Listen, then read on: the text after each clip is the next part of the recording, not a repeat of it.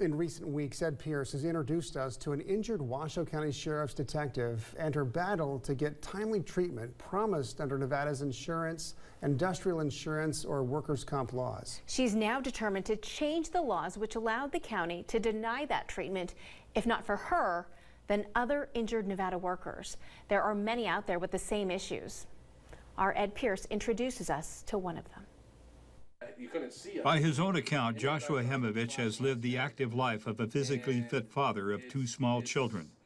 Today, that life is one of strict limitations. Today, I still can't pick up my daughter that's 6 years old because of this, because my back's that messed up. And my 12-year-old son, I can't go throw a ball. My son went out there and was shoveling our driveway for us because I can't do it. And it was here along US 395, just south of the Carson City line, on a much different day back in June, when Joshua Hemovich's life took a sudden turn. He was part of a state NDOT crew surveying drainage lines underneath the roadway. All were wearing orange vests and caps, standing well off the pavement, caution lights flashing on their pickups.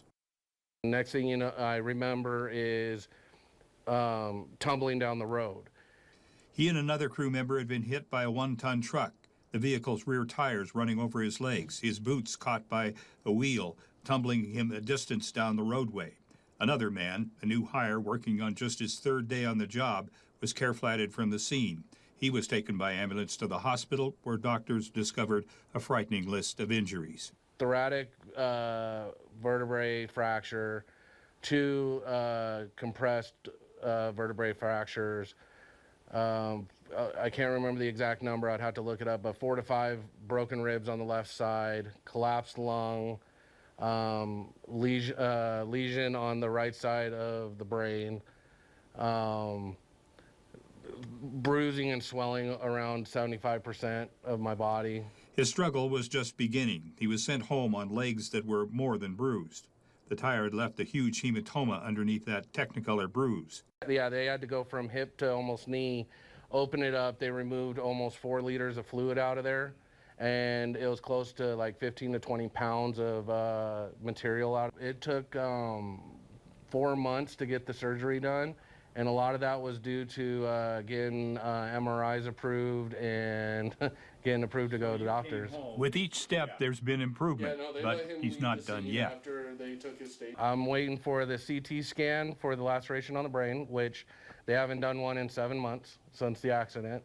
I'm waiting for my shoulders to get MRI'd. I'm waiting for my ankles to get MRI'd, and I still need another MRI on my right knee. And he says he doubts he'd be this far along in recovery if he hadn't hired an attorney.